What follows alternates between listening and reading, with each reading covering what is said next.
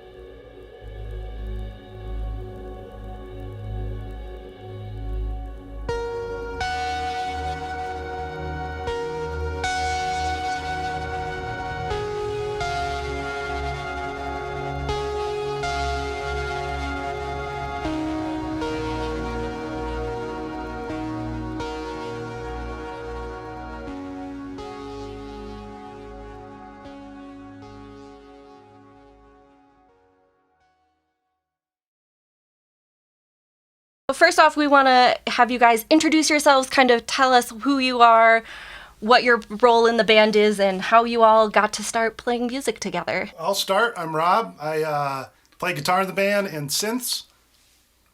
I'm Bob. Confusing, I know. I play guitar and synths.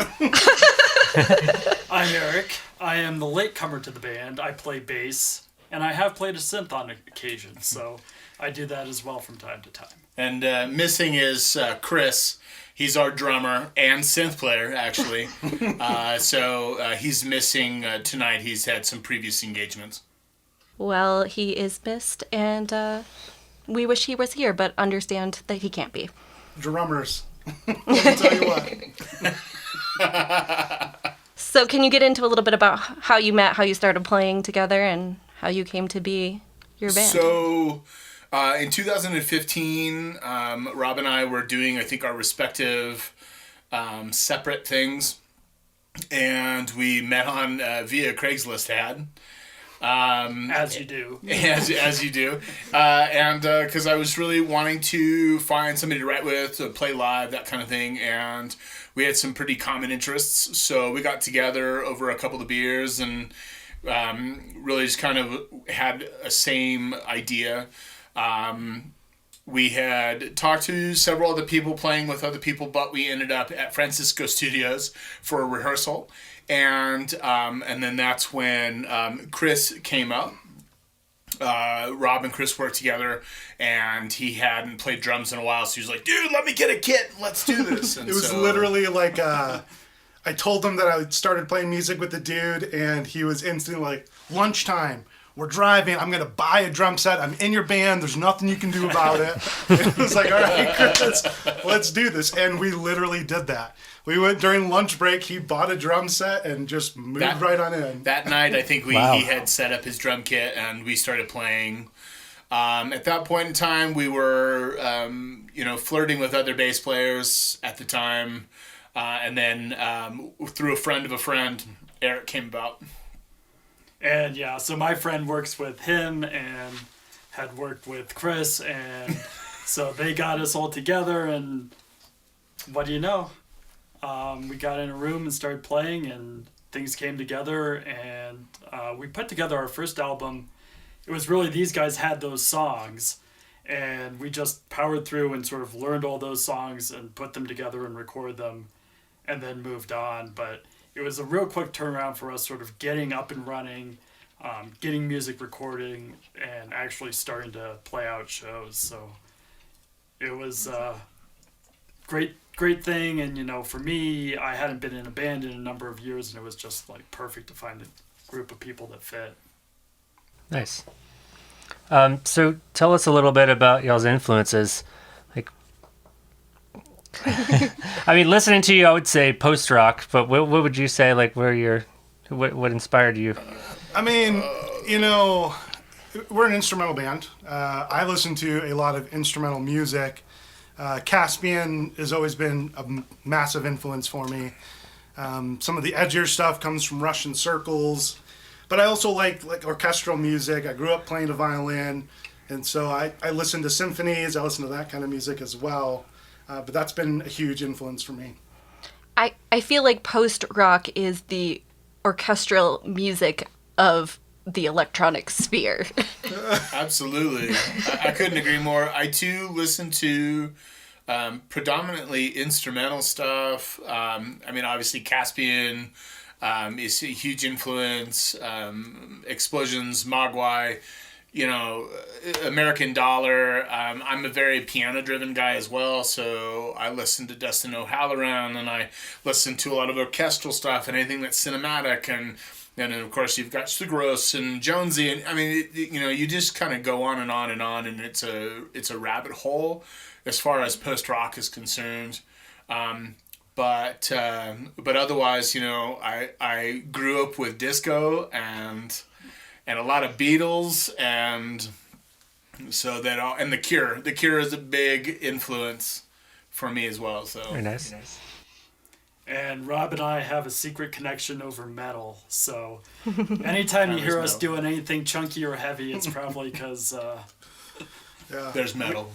And then Somewhere in our DNA. And then for Chris too, I know he's a Southern California guy. He's punk rock through and through, like that. He Hands grew down. up playing.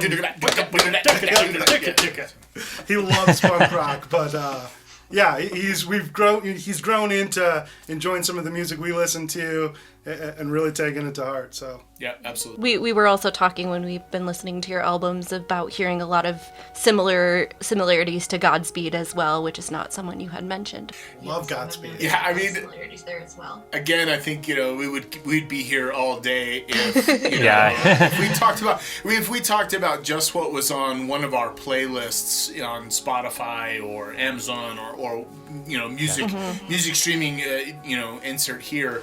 And I think that, ultimately at the end of the day, there's a lot of back and forth. Rob and I tend to send things back and forth. Have you checked this out? Have you checked this out? This band's come out with a new album.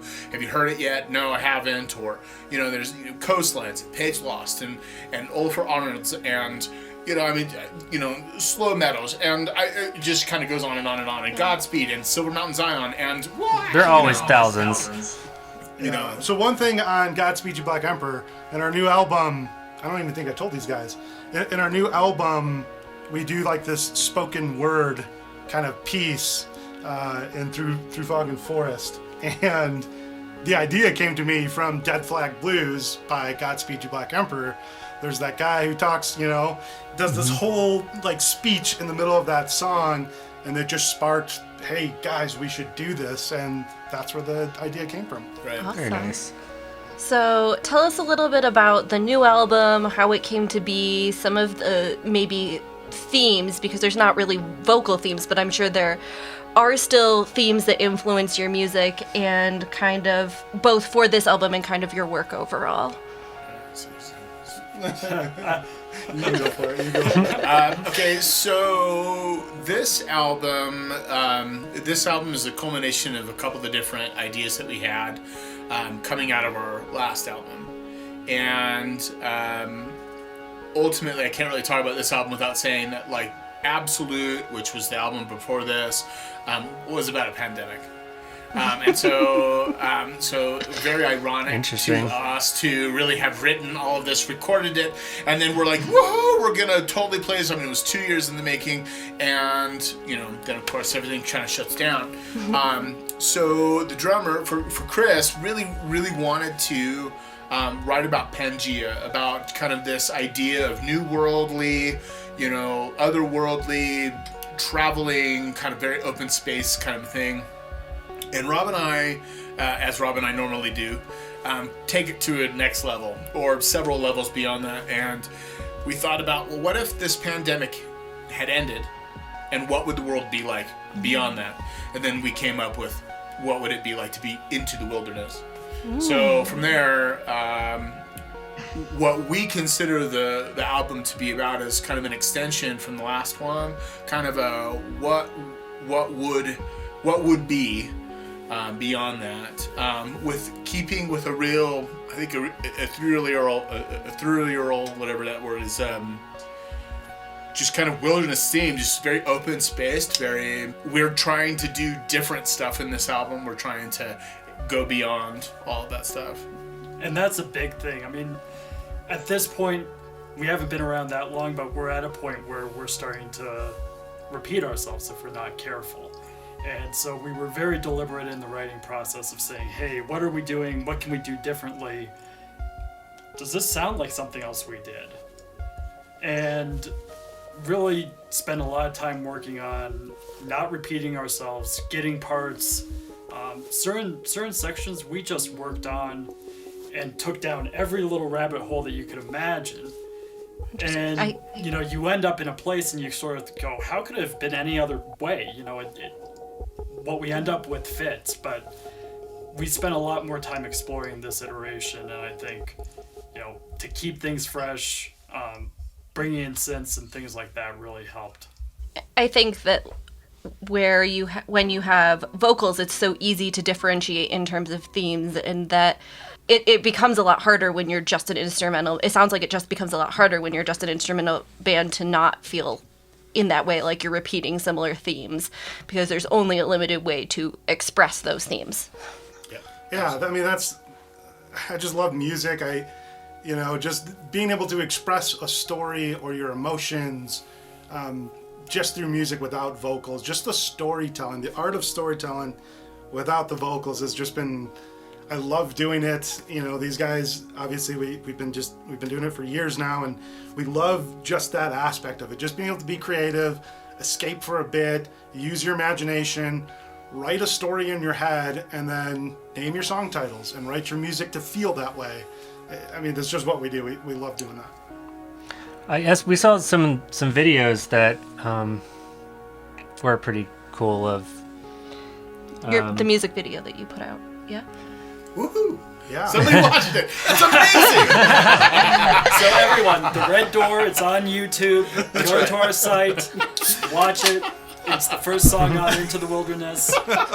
You will see this gentleman walking backwards with a deer skin. It was a ton of fun. Like we didn't. It's a pandemic. We're not playing out live. Like what the hell? Like we sat there and we're like, okay, what do we do next? We could start writing some more music, but we just finished this album. It was like, you know what? Let's make a music video, right? Probably no one's gonna watch it, but it's gonna be a ton of fun doing. And so that's exactly what we set out to do. It was just like, let's go in the woods, let's play a little bit, let's record, let's get a little creative, let's do some stuff backwards. It was cool. Really did you have like a drone with a camera on it or something like that? Yeah. So I have like a drone that we decided to, toss up. It was the perfect day. Like the fog all of a sudden came out, and it was like, whoa, like this is perfect. Nice. It was just a ton of fun to do. Absolutely. Like it was just being creative. Like again, I think we're all creative people here, and for us, it's just being able to do something, right? And to, whether it's music or video. So.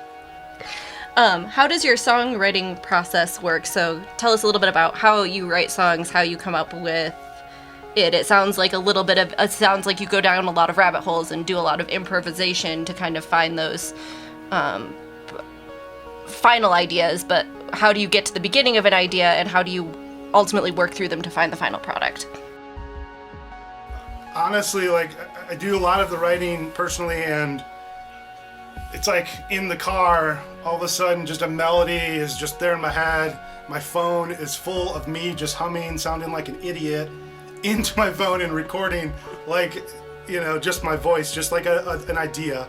And then from there, whenever I get to an instrument, it's like try and flush it out. It's really just sitting down and being able to focus on playing, just a little bit, whether it's, it usually starts at my house, like with an acoustic guitar, my keyboard, and just really trying to get a general idea. I usually bring it to Bob, let him listen, and he starts writing over top of it. And then with Chris, when we introduced him to the mix, he's grown as a drummer tremendously over the past few years, and it's awesome to just sit there and we put something out, and he's got these cool rhythms that he can play now. And then with Eric, same thing. Like he just comes in and adds that extra touch on top. But it typically just kind of starts with just a riff, an idea, and then just continues to go and go and go. I think we tend to, when it comes to Rob bringing something to the group, whether it's to me or whether it's to everybody, oftentimes we'll flesh it out in different ways. I'll play the drums to it. He'll play the guitar riff in the studio. We'll make sure it's good. I'll jump on the bass real fast, and then I'll learn it on the guitar, and then he'll jump on bass or jump on drums. We try to do a little bit of a round robin. And oftentimes when we have an idea, something that we're sparking, will come out in titles and that kind of way too. So we say, this song sounds like, Into the Wilderness, or this song sounds like The Red Door, and we will we'll write to the title. Oftentimes we'll get a complete song and then really kind of know that how we're feeling about it is that's exactly where it's supposed to be. And it's not uncommon for us to change that title 3 or 4 times before we go, nope, that fits, this is perfect. So I think the other thing too, we spend a lot of time working on structure, and what starts out as the intro might move to the end of the song. And we really are very good about exploring different ways of structuring the song so that we tell a story.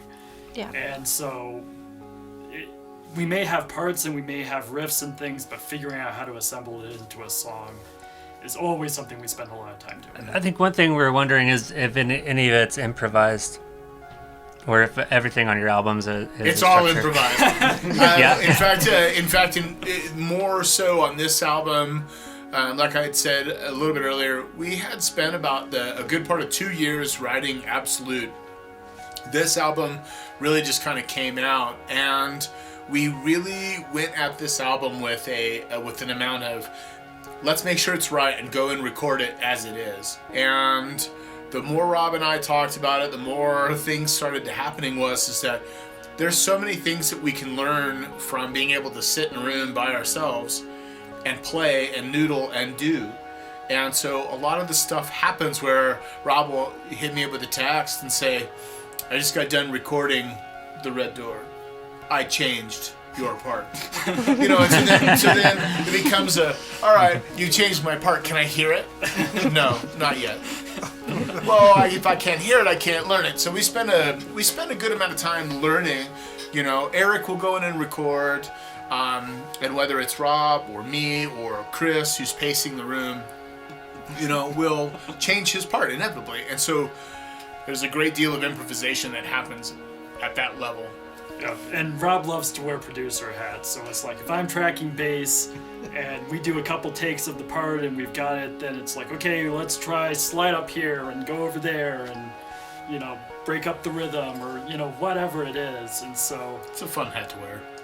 We, and that's the thing, you get to take the best of everything and put it into a final product. But then the challenge is, okay, now we've got all these different things we did and now we want to go play it. Well, we better all figure out what we did.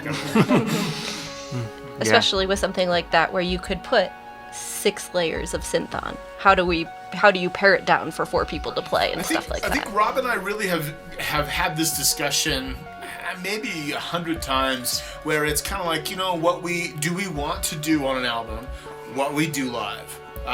We were very fortunate with this album, as we had some fairly lofty goals that we can actually do it live. And that's not everybody can do that. But there are times in which we have discussed, who cares? If it's on the album, it sounds cool. Let's do it live a different way and switch it up. Let's make it different and perk people's ears, so to speak. And that's important too, to keep it fresh. So. Totally, and I can't imagine anyone at your shows being like, that's not exactly like the album. No, Exactly. They've all been listening very closely and they have it all memorized. One of us is falling at some point in time during a show. It can be messy, That's cool. Yeah, so you guys, do you do all your own production, tracking, mixing, mastering, everything? I mean, we've just always wanted to do it ourselves, very DIY band with everything. Right. We design our own shirts. We've got a buddy who owns a company who, produces those for us. I mean, and then when it comes to the music, same thing. We just love doing it ourselves. We've purchased so much gear. I think Bob and I have a problem, a healthy addiction problem for gear. I don't have a problem. I'm right behind I can understand that completely. Yeah. So we do it all ourselves. We do the mixing, the mastering. Our first album, we go back and listen, eesh, definitely made some mistakes. That's a good thing. That means you've improved. Yep. So every album, I think, producing wise, has just sounded so much better, and we're just understanding what our mistakes are. So now you can come back and tell us that story that we were speaking about before we started recording about tracking various parts at Francisco's. So first, tell people, if they're not familiar with Francisco Studios, what Francisco's is and what that process of tracking and recording is like in that space. So Francisco, our history with Francisco is that it's never easy to find a rehearsal space. for musicians, it's really difficult. And so when you get an opportunity, and of course, let me sidebar here that funds are not unlimited to all bands, and so I don't care how professional you are, funds are just not limited, are just are not unlimited, and that's the thing. So when Rob and I got together, we really set out to look to see where we could play loud. I think that was the big deal. And while there are some rehearsal studios in Denver that we would love to be at and have actually had opportunities to go and tour and play at and get, we found ourselves at Francisco. Francisco is a building in deep downtown Denver, and it is probably, I would say 50 rooms, 50, 70 rooms, somewhere in there, and it is not soundproofed. Right, yeah, it's very loud. Old warehouse or some sort of industrial. Old paper warehouse is what it was. We do at least know a little bit of that. Is changed management a couple of times. But ultimately, I think that as if it wasn't dark and dank and Dank.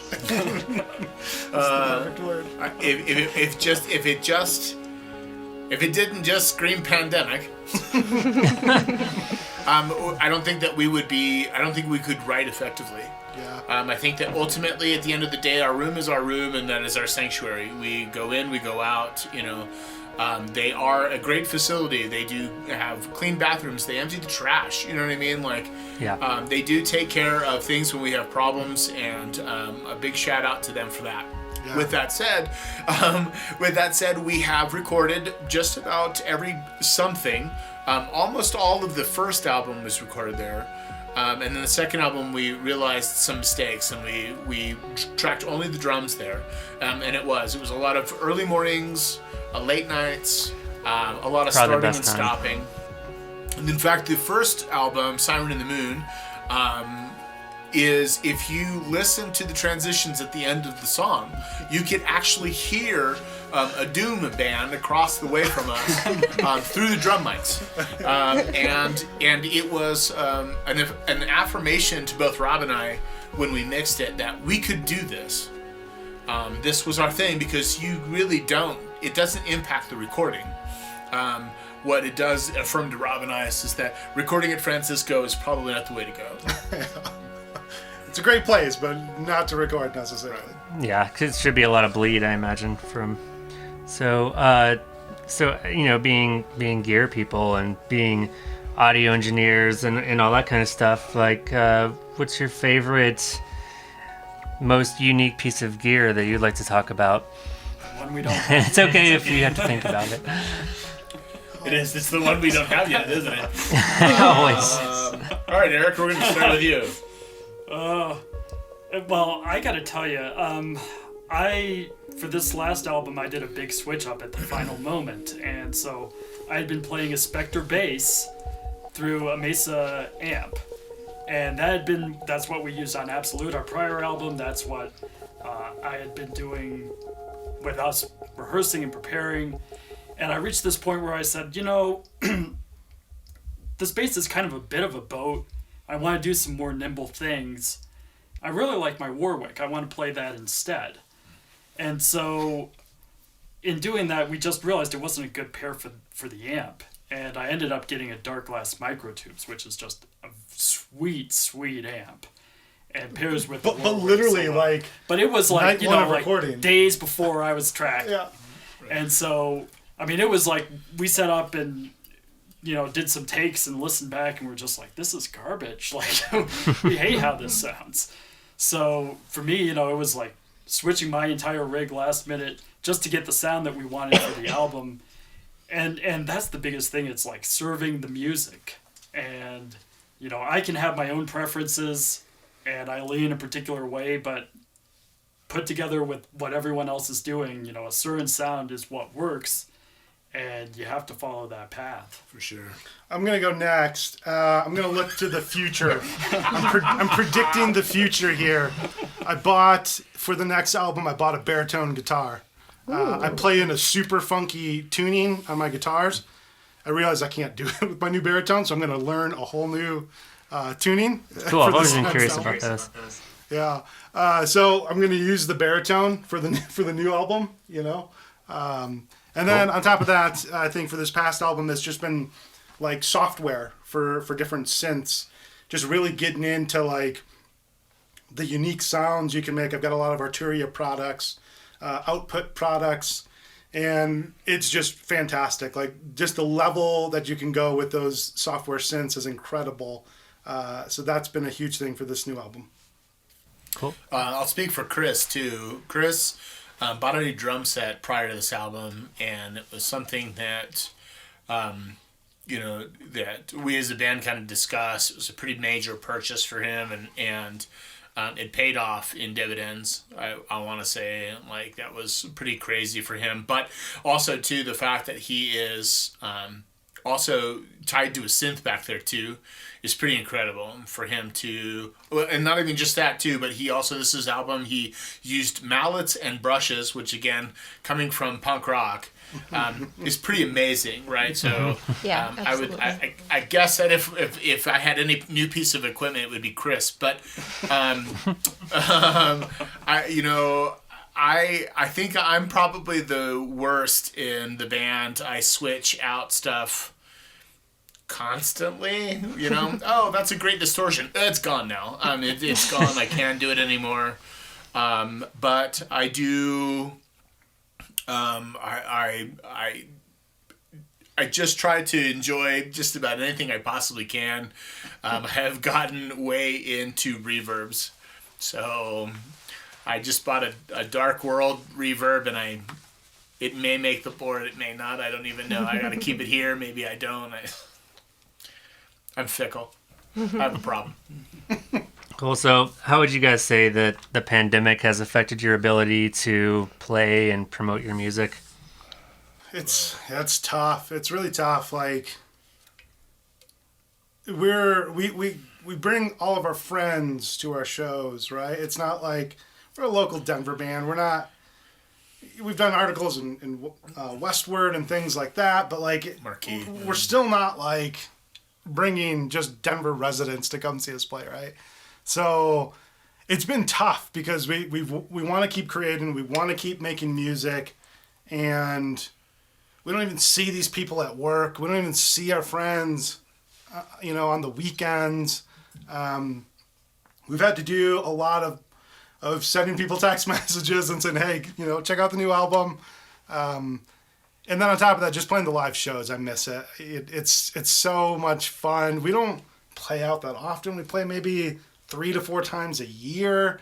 We've got jobs, kids, wives, things like that. It's just, we love just doing it. And so the fact that we can't even do it, it makes it so tough. It's hard too because we are a live band, and a lot of the energy that we have does come from playing live. And to really kind of see not only the impact on us, but the impact on the venues that we like to play. We might only play 3 or 4 shows a year, but we play 3 or 4 different venues, and it's an amazing array of people that we are with, and it's hard not working with those booking agents. It's hard not working with those venues. It's hard kind of being outside of that.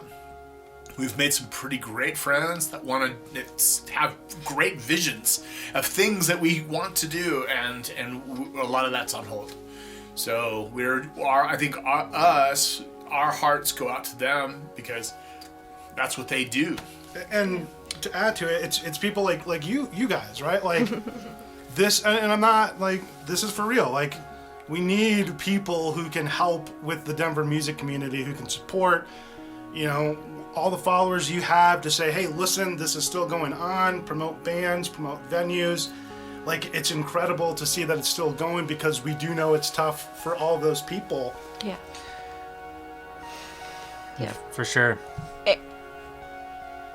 You know, I am not a musician. He is a musician and has been in bands for years, and I'm mostly a visual artist, but I have always been and had always had a draw to the music community, and we started this during the pandemic, and because we had been thinking about starting, this all started out as an idea from having a podcast, which we now do, and it all started, and it was able to happen really because of the pandemic, and we were able to start this whole venture because the pandemic happened. And so we really are, you know, grateful, just as grateful as you are for us, for you who in turn support us and make this possible for us.